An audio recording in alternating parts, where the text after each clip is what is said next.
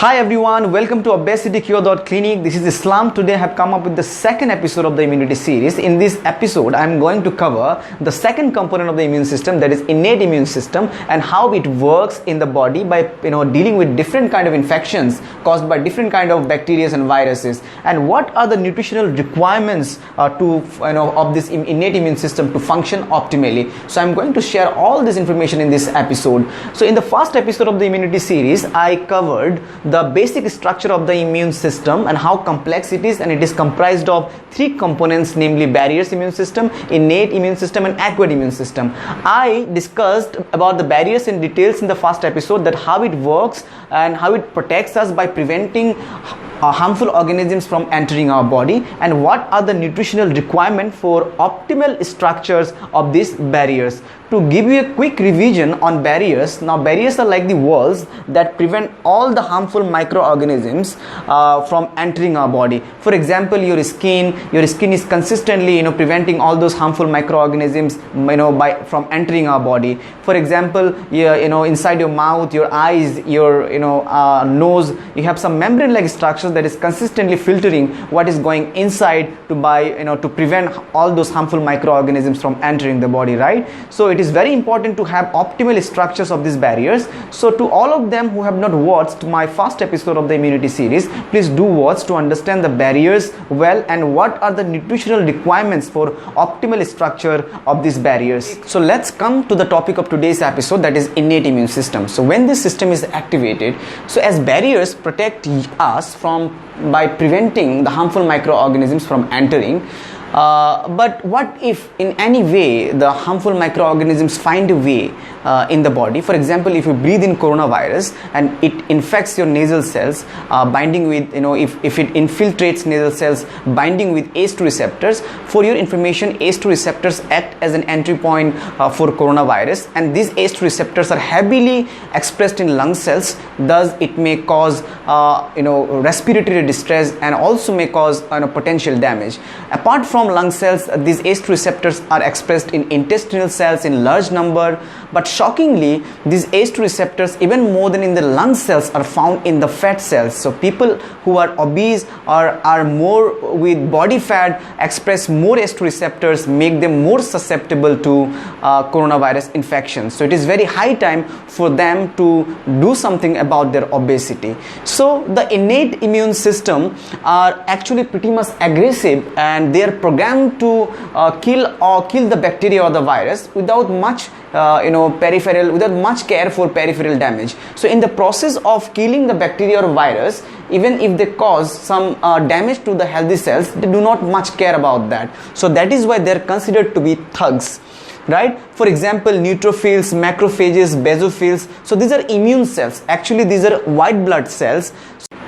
When a particular cell is infected, that cell releases some inflammatory molecules like cytokines that act as an alarm for the immune system. The immune system sends his armies to the affected area to deal with the infection, armies like neutrophils, macrophages, basophils. But all these immune cells are not recruited at the same time. The first cells, those are recruited at first, are neutrophils to the affected area, followed by macrophages. Neutrophils compared to macrophages are less powerful. So first less powerful armies are sent to the spot of infection, followed by the strong immune cells like macrophages.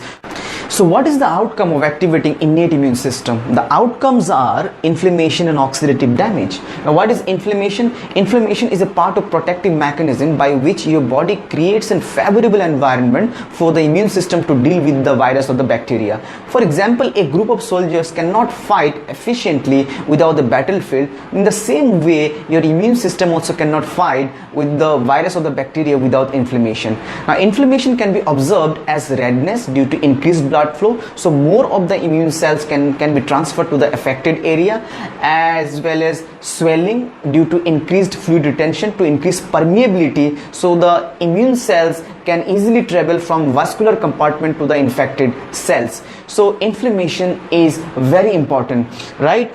But in the process it causes lot of oxidative damage. Now what is oxidative damage? As innate immune system to fight with the virus and for all these functions, demand for high energy, and during energy production there are some highly unstable oxygen atoms are produced as a byproduct called free radicals, and these free radicals have one unpaired electron in the outer shell, and they attack the healthy cells of our body to steal their electron to maintain their valency. Thus they cause a lot of damage to the cells. That is called oxidative damage, right?